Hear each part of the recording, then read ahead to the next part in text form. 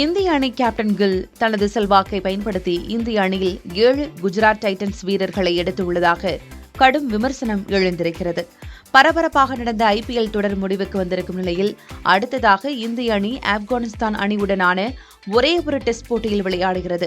இந்த போட்டி இன்று நியூ சண்டிகரில் நடைபெற்று வரும் நிலையில் இந்த தொடருக்கான இந்திய அணியில் இடம்பெற்றுள்ள 15 வீரர்களின் பட்டியலில் ஐபிஎல் தொடரின் குஜராத் டைட்டன்ஸ் அணியில் இடம்பெற்றுள்ள 7 வீரர்கள் இடம்பெற்றுள்ளனர்.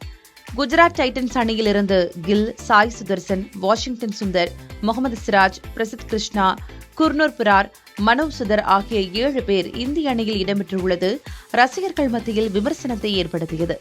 வழக்கமாக ஒரு அணியின் கேப்டன் தனக்கு சாதகமான வீரர்களை அணியில் எடுப்பது வழக்கம். முன்னர் இந்திய அணி கேப்டனாக இருந்த தோனி, கோலி, ரோஹித் சர்மா ஆகியோரும் தங்கள் ஐபிஎல் அணியில் ஆடும் தங்களுக்கு சாதகமான வீரர்களை அணியில் எடுத்திருந்தனர். ஆனால் அப்படிப்பட்ட ஜாம்பவான் கேப்டன்கள் கூட அதிகபட்சம் 4-5 வீரர்களை மட்டுமே அணியில் எடுத்திருக்கிறார்கள். இச்சூழலில் இளம் கேப்டனான சுப்மன் கில் முன் எப்போதும் இல்லாத வகையில் தனது ஐபிஎல் அணியில் ஆடும் 7 பேரை இந்திய அணியில் எடுத்துள்ளதை பலரும் விமர்சித்து வருகின்றனர்.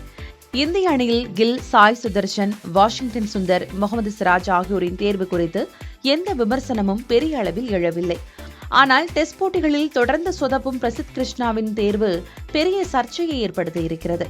ஏனெனில் கடந்த சில ரஞ்சி தொடர்களில் பெரும் சாதனை படைத்துள்ள காஷ்மீரின் ஆகிப் நபியை அணியில் எடுக்காமல் அவரை விட சுமாரான பங்களிப்பையே வெளிப்படுத்திய பிரசித் கிருஷ்ணா, குர்னூர் பிரார் ஆகியோர் குஜராத் டைட்டன்ஸ் அணியில் ஆடுவதாலேயே இந்த அணியில் எடுக்கப்பட்டுள்ளனர் என ரசிகர்கள் கடுமையாக விமர்சித்து வருகின்றனர்.